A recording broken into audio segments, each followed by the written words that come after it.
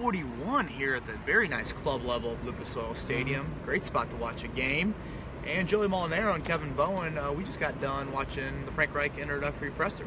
Yeah. I don't know about you, Joey, but I know it won't lead to wins on Sundays, but Frank Reich won today. Yeah, and it was surprising to me to see how emotional he was. I at one point, I told you I thought that he was going to cry at one point, and it seemed like he was thinking back to when he started and how glad he was to be back here. So yeah, that was cool. I could see a leader up there, and I could see a leader of a football locker room, and not just a leader of a press conference. And I think he's going to be a player's coach. I think he's going to be a little different than Chuck Pagano in that sense. I think the ex-player aspect of Frank Reich. I don't think this opportunity is going to be too big for him. I know he's a young coach, really, by coaching standards. Not young in age, but young in experience. But I think the nervousness of being on a sideline, that sideline that we're looking down on right now, I don't think that's going to be too daunting for him of a task. So all in all, I was pretty impressed. So he spoke for about a half an hour, and in that half hour, everything that you came in wanting to know, you found out. I did, yeah. Two big questions I had, Joey. Who's calling the plays?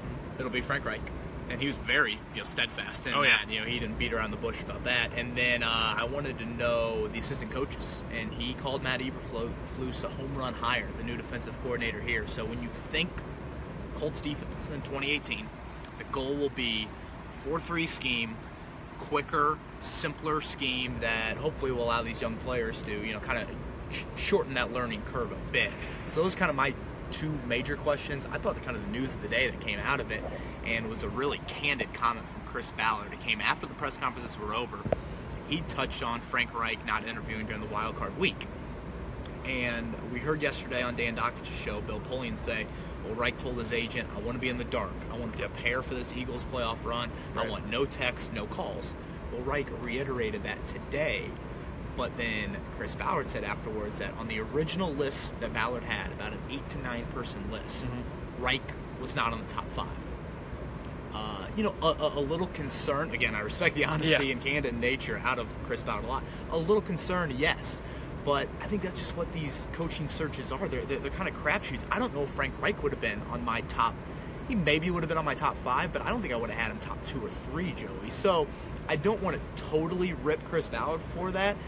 But after the interview, Ballard said he thought to himself, my Lord, what was I thinking? How was he not that high on the list? And, of course, Chris Ballard knows Doug Peterson, the Philly head coach, well from their days in Kansas City. But, yeah, I thought that was kind of an interesting little tidbit to come out of the press conference, or after the press conference. And I also heard Ballard say again, and he said it last week, too, about how it's not about how fast you get it done or the timing of it. It's about getting it right. Yeah. And so he kept going back to that, and it was interesting to see how steadfast he is on that belief. And we really aren't going to care too much a year from now, 5 years from now, if this is the right hire. Chris Ballard, circumstances happened, and he thinks that he got the right guy some 40 days after it all happened. Few qualities that Ballard mentioned that he wanted and thinks that Reich has: a leader, big picture vision, honest, smart, adaptable, can communicate, a teacher, and a partner. I would say Josh McDaniels probably doesn't check the boxes on all of that. What did Reich say about his football team? Toughness, discipline, prepared, united. Yep. Those are kind of the 4 pillars that he wants. No Andrew Luck update. Frank Reich really didn't talk much. He talked a lot about Andrew Luck, but no conversations really with Andrew Luck. Says that they've met briefly on 2 occasions, one at Stanford, and I forget where the other one is. But no Andrew Luck updates in terms of him throwing, where he's at, any sort of that. Talk offensively. Multiple personnel, multiple formations, up-tempo, no huddle. So Joey and I were talking about this before we started the Facebook Live. Kind of think a decade ago, Colts, offensively and defensively. Now, we aren't saying it's going to happen overnight, but that's what the goal is from what Frank Reich wants to have offensively and what he wants to have on the defensive side of the ball with Matt Eberflus. And whether it's Jacoby Brissett or Andrew Luck, hopefully Luck coming back healthy, gotta love hearing that no huddle, up tempo, get the ball out, keep these guys upright. Could not agree more. It's probably been one of the biggest questions of the Chuck Pagano era. Why didn't we see more of that?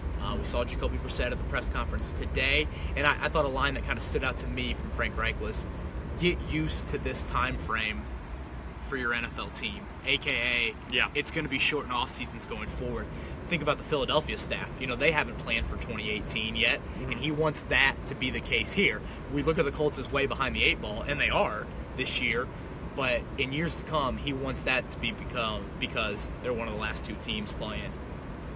And maybe the highlight of the press conference, one that is going to be talked about a lot, was when Pat McAfee made his way back into Lucas Oil. Wearing jorts, a cutoff sweatshirt. Of course, his attire. And the question asked the follow-up question that he asked was, do you hate or love Josh McDaniels for what he did to the Colts? And his response, and Frank Reich's response, really, I thought he hit it out of the park. The backup role has suited me well before.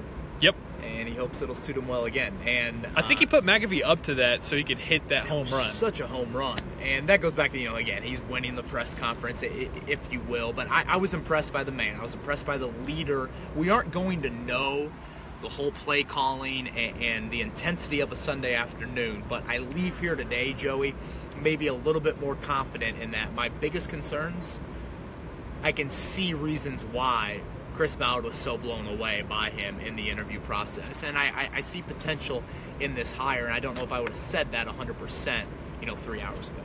Great. Well, another Kevin's Corner coming up tomorrow, right? Yeah, Wednesday morning we'll get a podcast going, probably about 10:30. We're going to record plenty of video from this guy after the press conference. Will be up on 1070 The Fan, and I'll have some written content as well. Really the rest of the week, breaking down Frank Reich, Chris Ballard, and Jim Irsay talking. So thanks all for tuning in, and we will see you tomorrow.